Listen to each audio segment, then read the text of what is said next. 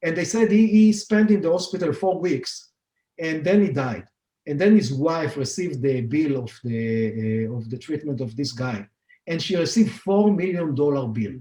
Okay, $4 million. He just spent 4 weeks in the hospital. Welcome to Ultra Habits. Here, we go under the hood with our guests to unpack the minutia and to understand what processes and systems they engage or research that result in ultra-enhanced living.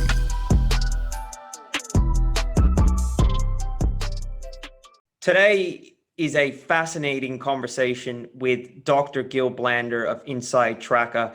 Dr. Blander and his team have developed a service and a technology which enables them to monitor our insides, effectively tracking our biomarkers proactively, which tell us on a day, weekly, monthly basis where we're deficient and how we can optimize. In 2009, Dr. Blander founded InsideTracker alongside scientists in aging, genetics, and biometric data from MIT, Tufts, and Harvard to realize his mission to transform the way human beings eat, sleep, move, and effectively live longer and a better life. InsideTracker is a leading personalized nutrition platform which generates ultra-customized recommendations to optimize an individual's health by tracking and analyzing blood and genetic biomarkers using a patent-pending algorithm. The expert system matches the most relevant science-based recommendations to each individual based on blood data, DNA data, and demographics, as well as self-reported preferences and goals. Dr. Gil Blander, or Gil as he's like to be called, is internationally recognized for his research in the basic biology of aging and translating research discoveries into new ways of detecting and preventing age-related conditions. He leads a team of biology, nutrition, and exercise physiology experts and computer scientists at InsideTracker, has been featured in CNN Money, the New York Times, Forbes, Financial Times, the Boston Globe, to name a few. Dr. Blander received a PhD in biology from the Weizmann Institute of Science and completed his postdoctoral fellowship at MIT. Really hope you enjoy this conversation. Keen for your feedback. Take care, y'all. So Gil, thanks for coming on the Ultra Habits show. I really love what your firm does, what InsideTracker does. And I think it's quite relevant for busy executives and people that are in high stress roles. Why don't you just explain to us a bit about your firm and what InsideTracker does? Sure, that's my pleasure. So InsideTracker is a personalized nutrition platform that helping people to understand what's happening in their body and then giving them recommendation of what kind of food, what kind of supplement, what kind of exercise, and what kind of lifestyle changes should they do in order to improve their health, wellness, and performance. Right. And I know that there's this piece on biomarkers, and I suppose that's your primary form of measuring the health of the individual. Can you explain what biomarkers are and the relevance and importance of them? Sure. Biomarker is a bioanalyte that basically marks something in the body. And I can give you a few examples. Yeah. Glucose can basically reflect how is your energy metabolism going. LDL cholesterol measure how is your lipid metabolism going. HSCRP is a marker of inflammation, so it can resemble how you having high inflammation or not. If you look at cortisol, which is the stress hormone, it can tell you how stressed you are. You can look at some other marker like liver enzymes such as ALT and AST, and they can tell you whether you have a liver damage or not, and they can also telling you whether you are drinking too much or if the alcohol that you are drinking making damage to your liver or not, because some people might have a stronger effect of alcohol on their liver and some they have a lower effect. So those markers can give you a lot of indication or let you know a lot about your body and understand what is happening inside. Right. So if I were to use your product and your service, what could I expect in terms of the level of engagement? Is it weekly? Is it monthly? What's the actual rhythms in terms of the monitoring? What does that look like? Yeah, that's a very good question. And that's drive me actually to another point that I wanted to discuss, and that's the kind of inputs. So we discussed blood biomarkers, which we spent a few minutes before, but we have a few other inputs that we think that it's very interesting and good to add. For example, your DNA. Your DNA is showing your potential. In order to know your potential, you do a DNA test, and that's a once in a lifetime test. So basically you do that, and then you know that you have a high chance or high risk to have high glucose, or high risk to have high cholesterol, or you are more endurance than strength, or you might be sensitive to lactose. A lot of cool information that comes from the DNA, but it's a once in a lifetime. Basically, it's a potential or risk. And then you have the blood. Basically, it's resemble exactly what's happening in your body. I call it a liquid gold. It shows exactly what happened in your body, but also it shows action reaction. So for example, if you have low vitamin D, we found it in the blood, we can recommend you to take vitamin D supplementation, and then a month or two later you can test, and most likely your vitamin D will go higher. So that's something that you can do with blood, but you cannot do with DNA because the DNA won't change. You will always have high risk or low risk to high vitamin D. And then the next level are the activity tracker. So we recently integrated with the activity tracker. Currently it's Fitbit. Now we're working on integration with Garmin and the Apple Watch. And based on that, we can get information that actually coming every day.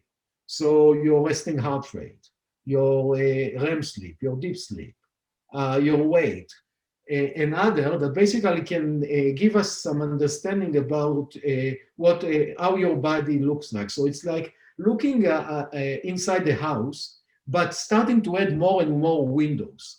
So the blood giving you one window, and then the DNA giving you another window, and the activity tracker can give you another window. But if we are going now to the blood, you can look at the blood via window of one biomarker or 40-something biomarkers, so the window will be wider. The same for the DNA. You can look at a few different risks, or you can look at a lot of them.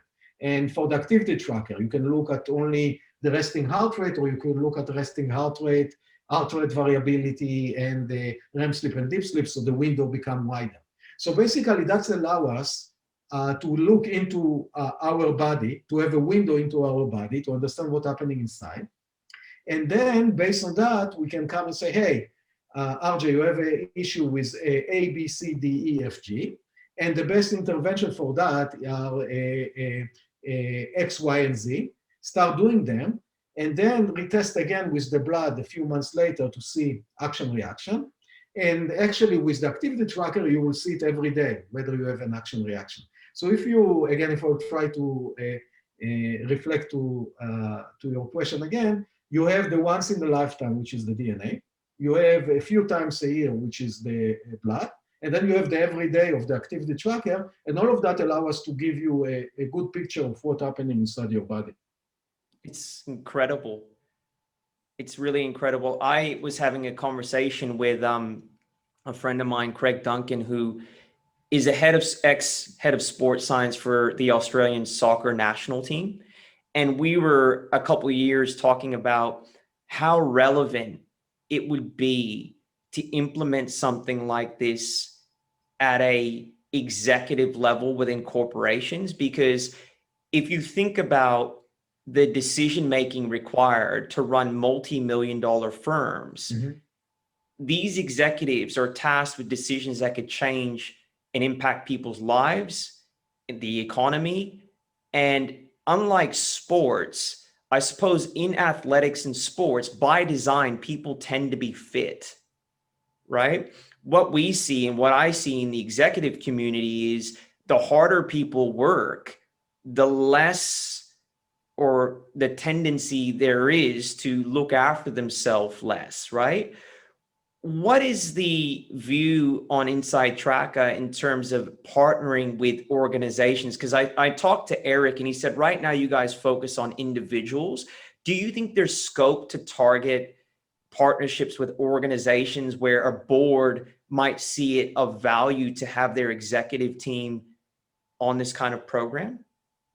Yeah, I think that it's a very good point, and I want to go to an analogy. I think that athletes need to play well in the arena, and the idea is for him is if you look at an athlete and think about career longevity, is basically how can I play well in the fourth quarter? How can I play well in the postseason? And how can I basically stay playing like Tom Brady, that is, I don't know, 43 and is still playing in the Super Bowl next week? Yeah, crazy. That's if you look at the athletes. But I think that the executives are very similar. You're taking him out from the podium to the boardroom, okay? So the podium is Tom Brady and LeBron James, okay? They want to go to the podium. You have the executive athlete, which basically is playing in the boardroom, and he need to play the best. And he doesn't need necessarily to be sure that he will run 100 meters in less than 10 seconds. But so he doesn't need, let's say, the iron markers to bring oxygen from his lungs to the muscle. But he needs a lot of oxygen in his brain. So you still need the iron, but it's not to run 100 meters, it's to make a fast decision, the right decision, and so on. And if you, again, take the analogy of a fourth quarter and postseason and not get injured, here is basically take the company from, I don't know, from a seed to a Series D and the IPO. And then after the IPO, make the company $1 trillion and make the right decision, all of that. So there are a lot of analogy between the athletic person and the corporate athlete or the executive.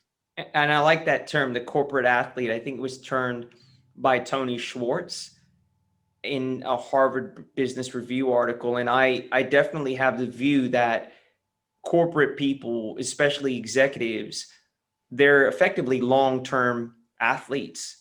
Yeah. And there is a shift, I think, in the business community to start to focus on health, but I still think that we're behind. You touched on something around longevity, and something you spoke about before, which I absolutely love, Gil, is this concept of health span versus lifespan. Can you unpack that? What does that actually mean? Yeah, I think that today we focus a lot on lifespan. Basically, I don't know, my grandma lived to 95, or whoever the lady from this place passed 100. That's great, but the question is, what was the condition of this lady when she reached to 100, or when she even reached to 80? So, and that's the difference between health span to lifespan. Lifespan, it means what is your age when you die, okay? That's your lifespan. Health span means how have you been since the moment that you got born to the end. Like, have you still been able to, I don't know if you like to cycle or climb the mountain or spend time with your kids or do whatever you want or make a decision in the boardroom? Or have you been lying on a bed connected to a lot of tubes and basically be a burden on your family and society? So if you will ask, I assume everyone will say, no, I don't want to be in this situation. I want to have a health span that starts from the moment that I've been born until the end. And when I'm getting to the situation that I'm connected to a lot of tubes, I don't want to live anymore. So basically the health span means what was the period of time that you have been in a good shape. So usually it's shorter than the lifespan, because usually at the last, I don't know, few weeks or a few days, few months, you are not in a good shape. That's interesting, yeah. So I'm a consumer and I am looking to really customize and personalize my health, right? What are some of the obstacles that you see consumers facing when trying to adopt a kind of personalized and scientifically backed approach to wellness and health? Like, what are some of the roadblocks you see for people out there in the community? Yeah, so I think that the first one is the price. So it's not currently it's not very cheap, and also it's not only the price; it is the perceived price or perceived cost. So some people come and say, "Hey, I don't know, your inner age cost $150, and that's expensive." But if you take it into perspective and look at the people that go every day and stop at Dunkin' Donuts every morning and buying a coffee and the donuts and pay $10 a day, so just keep that for 15 days and you have that. So that's what I call a perceived a price. And it's also a cost versus value. So I'm not sure that people understand and appreciate that you can always be better. So a lot of the population, and I'm not talking necessarily about your audience, I'm sure that they are smart, educated, and active, but I'm talking at the average American. They tend to live a life of basically a mostly sedentary life, and they eat food that is not good, and they, let's call it a comfort food, and they not move too much. And I think that making those behavioral changes are not easy. So because of that, I don't think that right now InsideTracker fit for, let's say, the average person. It's more, the fit is more for people like you mentioned, the corporate athlete. It's good for athletic active population.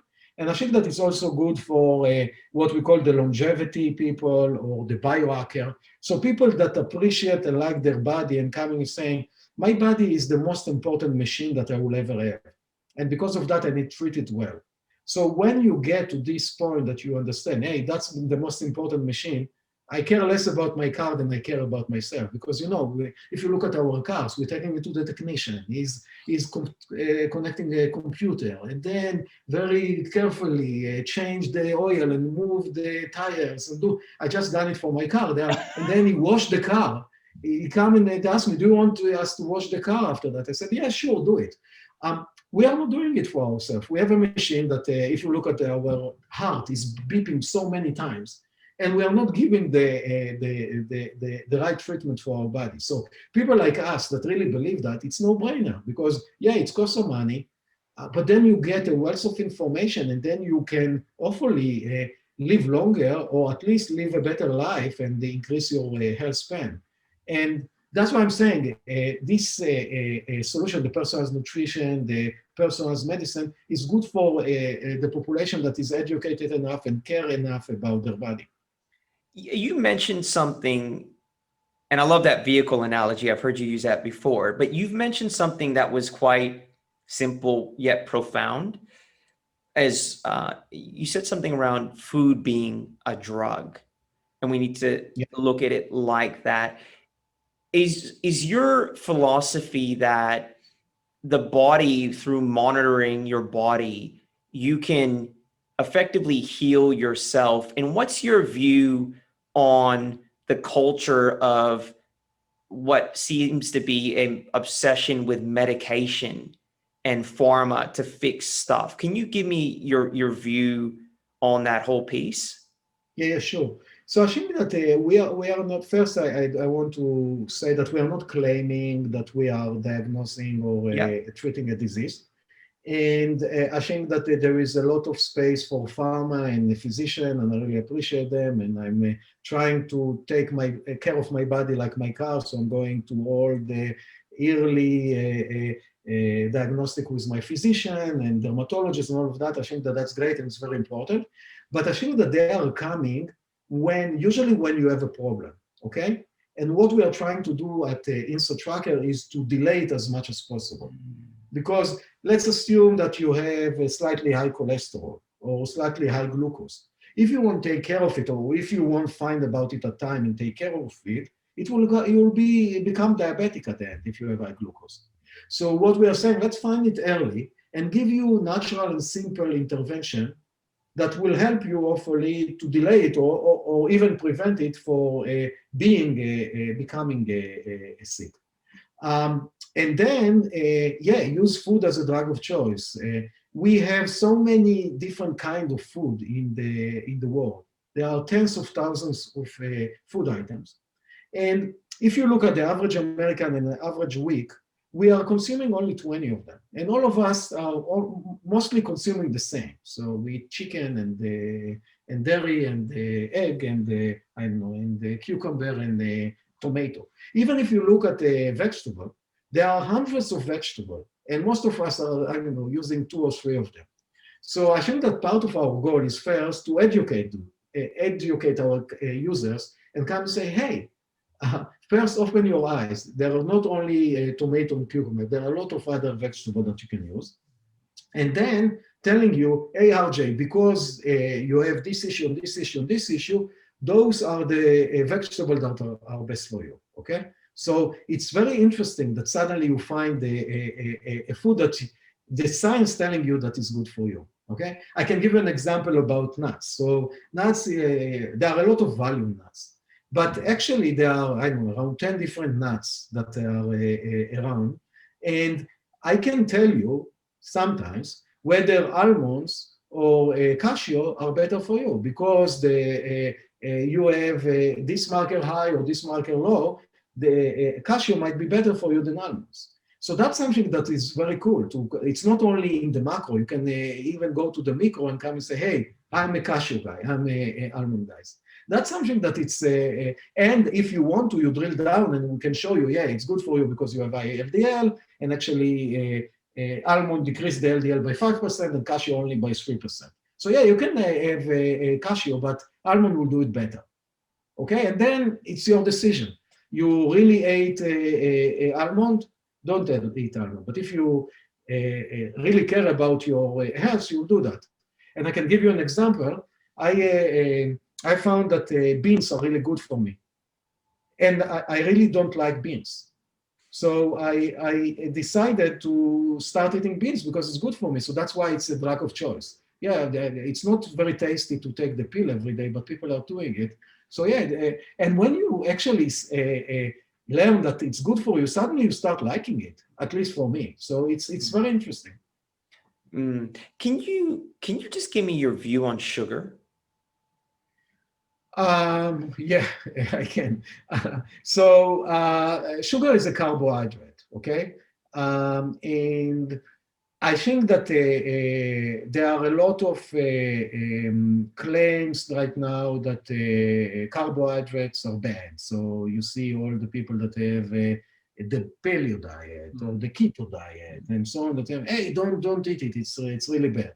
And I think that 5 years ago it was fat. Fat was very bad, but now fat is better. So I think that it's bad or good depending on what's happening in your body. So it might be very bad for you, but it might be okay for me. Now, if we're going a bit, you asked me to try to stay a bit high level and don't go very deep. So I would say that everything that comes in a package, like something that is industrial, is not the best for you. Potato chips, I don't know, candies. Those are not the best food for you. Yeah, you'll eat it once in a while, that's okay, but it's not the best food for you.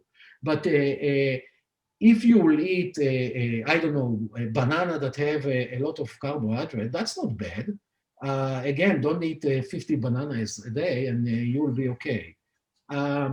Again, like, don't eat the potato chips, but if you will put the potato in the oven, potato is not bad. Generally, but again, if you want to understand how it's good for you, you need to test and see whether you have a specific issue, and based on that specific issue, what is the best food for you. But generally, I don't think that carbohydrates are bad. I don't think that fat are bad. I will tell you that some people are saying, hey, red meat is bad. Yeah, red meat is bad for someone that have some issues like, I don't know, high cholesterol and so on.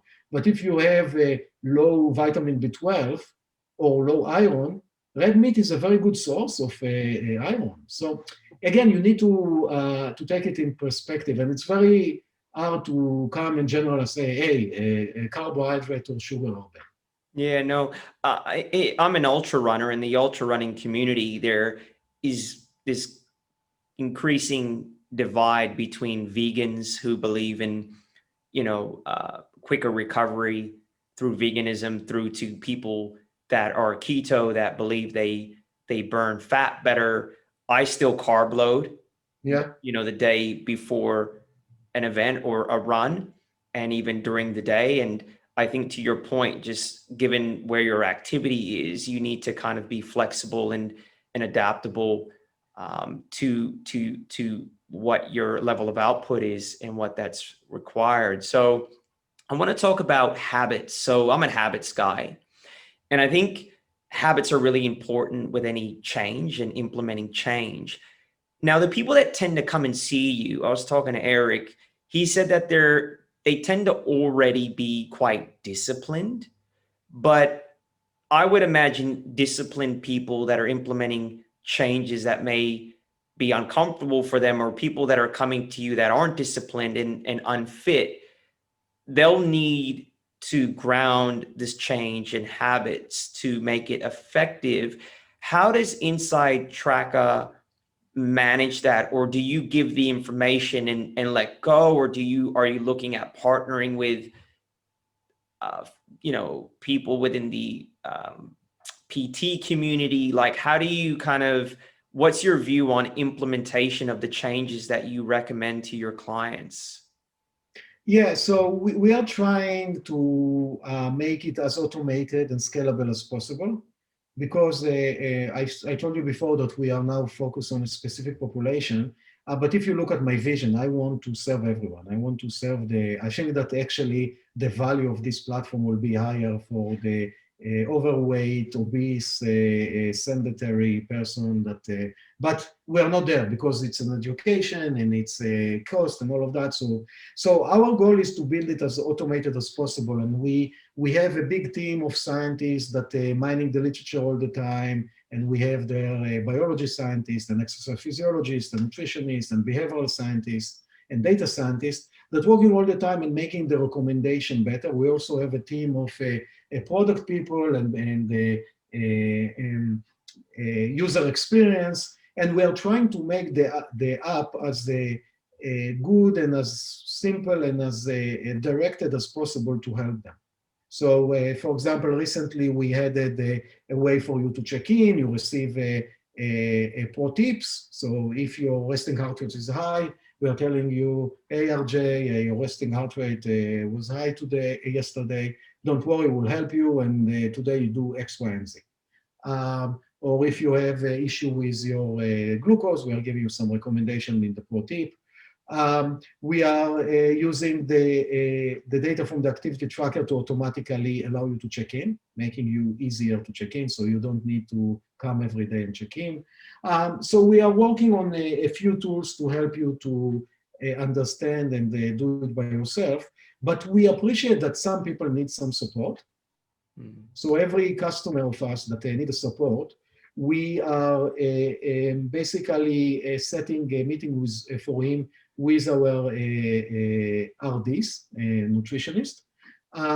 And for me, I'm looking at that, it's helping them, but for me, I'm looking at them a bit as guinea pigs, because then I'm asking the RDs, the nutritionist, to let me know what was the issue of this person, what wasn't clear for him. And then based on that, I'm trying to make the product a bit better. So for me, it's part of the feedback loop of how can we make the product completely automated and scalable. So hopefully I answered your question. Yeah, you did. I'd like to tap into this piece on optimization kind of becoming the new normal, especially in the community that's performance orientated. I want to talk about healthcare and traditional healthcare and how you see traditional healthcare as being different to this concept of optimization and tweaking. Yeah, I think that physicians are, by definition, are very suspicious and really old school, because that's what they learn, and a lot of them, they are very busy. It's not an easy occupation at all. I'm sure that when you went to your physician to meet for your physical, you had 10 minutes, and the 8 of the 10 minutes is spent on the computer entering the information at the portal. Indeed. And he barely seen you even. So they have a very tough occupation. They are very, very busy. Each of them have thousands of patients, and they don't have time to get updated.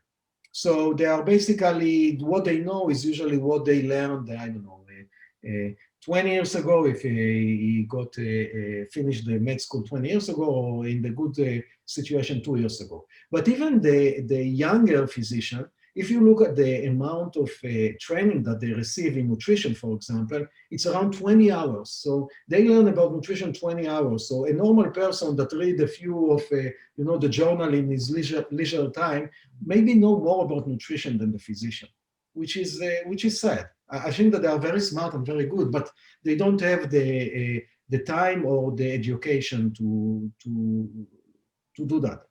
So I think that they need some kick from the side, meaning they need people like you and me and your audience to come to them and say, hey, have you heard about this solution? It's so cool and it's helping me to do X, Y, Z. And then it's like a peer pressure, basically. I think that the change of the healthcare, especially in the US, the healthcare in the US is so complex. I just listened to news yesterday and they spoke about someone that died from COVID. And they said he spent in the hospital 4 weeks and then he died. And then his wife received the bill of the treatment of this guy. And she received $4 million bill. Okay, $4 million. He just spent 4 weeks in the hospital. Why the heck you need to charge $4 million for that? So the healthcare system in the US is so complex, and nobody knows how to fix it. Everyone is trying to fix it, and nobody can. It's so complex, and it's like I don't want even to talk about it because it's so complex and so hard to understand. So I think that the only way to change it is from the outside, and that's what we decided from the get-go. Let's get the people that understand and they are intrigued and they are educated and they care about their body, get a lot of them. And then they're going to their physician. So they will explain to the physician, hey, it's cool, hey, it's nice. And with time, they will see more and more and will say, hey, something is not okay with me because they are doing something good and they are telling me. So we will try to adopt to that. And that's what we're trying to do. And we are seeing more and more a physician, a nutritionist, and other that come into InsideTracker and basically saying, hey, we want to work with you because it's interesting and cool. And our customer or user really like it. Yeah, there's a lot in that. And yeah, I mean, I think we tend to look at our doctors because they're in this position of authority as all knowing, and we forget they're human beings, and their capacity to continue to educate themselves and learn really dictates the level of care they can give us. And we kind of depend on them to be up on all the information. So I want to talk to you about healthcare in the wider context, and you touched on it with COVID. I just had a friend recently who's being diagnosed with stage 4 cancer, and we had an interesting conversation the other day because his mom had it and he had been checking for the signs forever. He's in his 40s and his mom got it when he was 16 and she passed away. And he said that the doctors still via their traditional methods couldn't see it coming or whatever, right? Like, I'm not an expert in that space, but I guess what's the potential for your product to be able to detect disease or cancer and even the implications on COVID? Like, can you just talk a little bit about that in terms of the ability to kind of see potential for disease or vicious or malicious illnesses? Sorry. Yeah, definitely. So again, I just want to say again that we are not trying or saying that we are diagnosing or treating disease. So I want to start with that. But there is a very interesting data that was published recently related to COVID that showed that people that starting to have COVID, they have some effect on their resting heart rate is going much higher, their heart rate variability going down, and the amount of breaths per minute going much higher. So if you have a simple activity tracker that measure that and suddenly you see something like that, that might say that you have the COVID. I'm not saying that it is, but it's might. So that's one point. The second point is, if you look at COVID specifically, you can see that a lot of basically the criteria to someone to get it very hard or maybe even to die from it, it's related to simple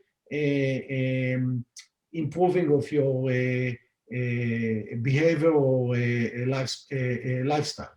So it's obesity, it's smoking, it's drinking a lot of alcohol, is high inflammation. So basically, if you are working with us or something like that, if you're taking care well of your body, you have a much lesser chance to get it seriously. Okay. Now let's go back to your friend with the cancer. So it's not us, but there are now companies that are doing something that called a liquid biopsy. I don't know if you heard about it. No. Liquid biopsy is basically they collect some blood, and then they are looking at the blood very carefully and trying to find some markers that coming from a specific cancer. So, for example, a breast cancer have a specific markers. Okay. Lung cancer have a specific marker, brain cancer have a specific marker. So they are trying to find it when it's very, very diluted. So you might not see any signature of that when someone will do a CT on you, but those liquid biopsy can show that. And then when you know, oh, this guy might have some marker of, I don't know, lung cancer, then you can start monitoring this person every month or every 6 months, and then hopefully you will catch it very early. So that's something that is coming right now, and I think that it can be a big revolution in diagnostic and maybe prevention of cancer. But again, it's not us. There are a few big companies that are doing it, and I think that it's very exciting. Well, I think you guys are helping to shift the needle and create awareness just by your very existence and what you're doing. Yes. And that leads me to kind of a more philosophical discussion about you, Gil. Like, how did you become interested in this whole space, and what was your personal journey to kind of get to where you're at today? Yeah, that's a good question. So I was intrigued by the longevity from a very young age, because a family member of mine passed away, and I was 12, and suddenly I got the revelation that I won't live forever. And I took it hard, and I said, okay, let's try to find and understand and see why is it happening. So that's why I studied biology and done a PhD in biology. And then I moved to Boston and spent 5 years at MIT in one of the best labs that's studying aging. And then at that time, I was exposed to the biopharmaceutical environment of the area around MIT. It's called Kendall Square. A lot of bio and pharma and IT companies. And then I realized that maybe I can contribute more to humanity for start my own company than being a professor in the academia. So I moved to the industry, worked there a few years, and then came with the idea of InsideTracker together with a couple of other scientists. And the idea was very simple. In order to live longer, we need to understand what's happening inside our body. And then we came, okay, to understand what's happening inside the body, the best marker are blood. So we started to look at the blood, and then we had the DNA and activity tracker. And then we said, yeah, but let's do it, as you asked at the beginning, drugs are bad, there are a lot of side effects, and you never know about it, you know about it, I don't know, 20 years later. So even if the best drug since the sliced bread today, 20 years it might have, I don't know, asbestos inside. Asbestos. Yeah, they are like, I think that the Zantac was something like that. Zantac had the heartburn. It was the best, and then a year ago they said, hey, it says asbestos. So asbestos, wow. I think so, yeah. I thought you were joking. No. And the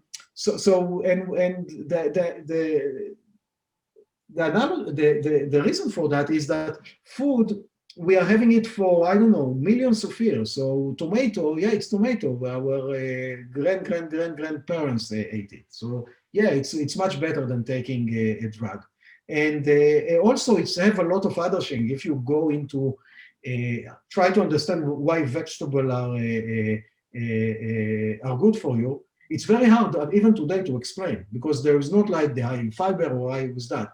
There is something that's called the dark matter of the vegetables. So stuff that we don't really understand. And actually scientists are starting to get into that. And now they understand it's called phytonutrient. And there are a lot of antioxidant small molecules that we know almost nothing about them, that they are good, but still we don't understand exactly how and why. And hopefully we'll know in the future. So what we're saying, yeah, let's take those and fit it to you based on the best science that is today. And again, the science is not bulletproof. As you know, one day coffee is good for you, the other day coffee is not good for you. But we are trying to understand and look at the science and understand what is as of today. And then hopefully when you do that, you will live a longer, better life. So that's basically the genesis of InsideTracker. I think that is an interesting point, because I've heard other conversations you've had where people have asked you sweeping questions. Is this good or bad? And I think that everything needs to be put into the context of consumption, what you're trying to achieve, moderation. And it goes back to understanding your DNA, your biomarkers, because what might be good for me may not be good for you. And I think that we've lost the ability to work and feel our body, actually. And I think that because of, modern science, technology, and, this is going to sound philosophical, we've kind of increasingly disconnected to the feel of our own body and what our body needs, right? Yeah, and a lot of us, if we are coming back maybe to Tom Brady, so Tom Brady was born gifted. There is one in 300 million Tom Brady in the US today, only one. And a lot of people say, oh, Tom Brady did that and Tom Brady do that. That's okay. Tom Brady is gifted. He got it, and his gene, I assume, are amazing, and that's why he's Tom Brady. And you cannot take Gil Blander and give him the food of Tom Brady, and I won't play this weekend in the Super Bowl. No way. So what I can do, what InsideTracker can do to Tom Brady, is to make Tom Brady as best as he can, and the same for Gil and the same for everyone else. Let's take you, reach your potential. My potential is definitely not to play in the Super Bowl this weekend, but my potential is hopefully to live longer and make, as you said, the decision that I need to make in the boardroom, and do my exercise that I love to do and spend time with my family.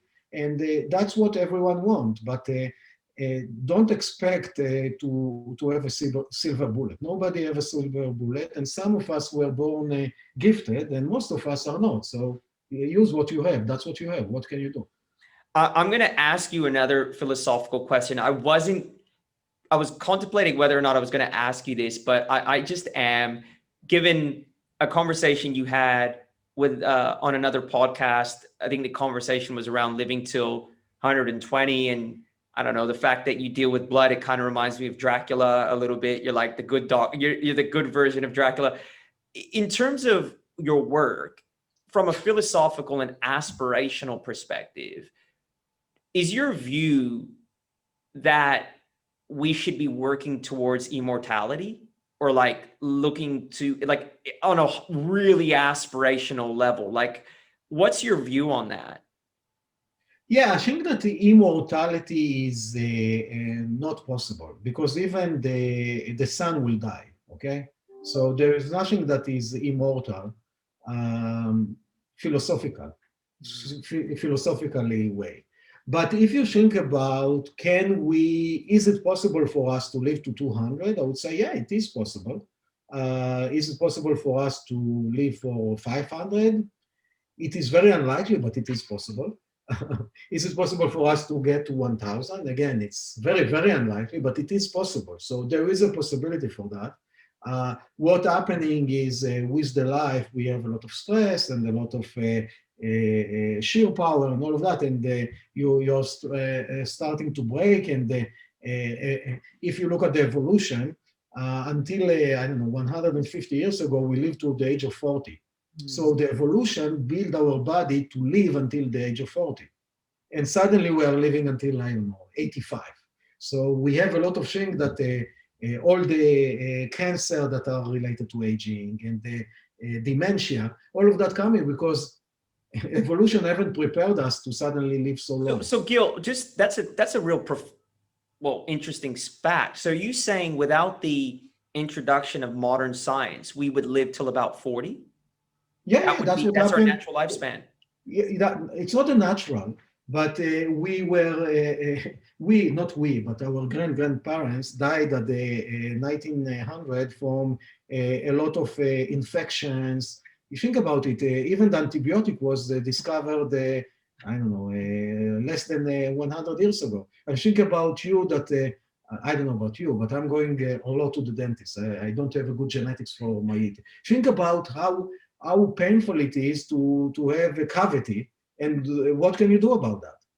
Think about that you got scratch and you got infection and the bacteria are growing there, and you don't have antibiotics to treat it. So something that is obvious for us wasn't available, I don't know, 150 years ago. It's a really interesting one, and I think we'll end it there, Gil. I really appreciate the conversation. It's fascinating. It's something that I want to investigate myself, to be honest with you. And it's a conversation I'll be having with Eric definitely offline, because I think this thing will really help me tweak my game. I think that I'm at a place where I've dealt with all the obvious things, and it's really about those 1% shifts that I can't, and I don't have visibility across because I can't see my insides. Mm-hmm. And so really want to thank you for your time. And I just want to ask you, where can people find you? Where can we hear more information about InsideTracker? Where can we get more lowdown? Yeah, it's very simple. It's InsideTracker.com, and all the information is there. And we would love to have you. I think that we are trying to empower us to manage our most important machine. So we would love you to join us and let me know how it's went, and I would love to improve it based on your feedback. Thank you so much, Gil. Appreciate your time. Thank you.